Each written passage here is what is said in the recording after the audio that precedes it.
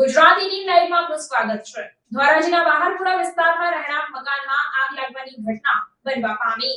રાજકોટ જિલ્લાના ધોરાજીના બહારપુરા વિસ્તારમાં રહેણાંક મકાનમાં આગ લાગી હતી। રાંધણ ગેસ સિલિન્ડર લીકેજ થતા રહેણાંક મકાનમાં આગ લાગવાનો જે બનાવ છે તે બનવા પામ્યો। ધોરાજીના બહારપુરા વિસ્તારમાં આવેલ ખલીફા રોડ પર રહેણાંક મકાનમાં આ ઘટના બની હતી। ત્યારે આગ લાગવા બાદ દાઝી જવાના કારણે એક મહિલાનું મોત નીપજ્યું હતું।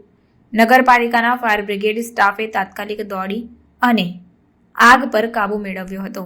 ધોરાજીના ડેપ્યુટી કલેક્ટર, મામલતદાર, ચીફ ઓફિસર અને પોલીસ સ્ટાફ ઘટના સ્થળે દોડી આવ્યો હતો। ત્યારબાદ મહિલાના મૃતદેહને પોસ્ટમોર્ટમ અર્થે ધોરાજી સિવિલ હોસ્પિટલ લઈ જવામાં આવ્યો।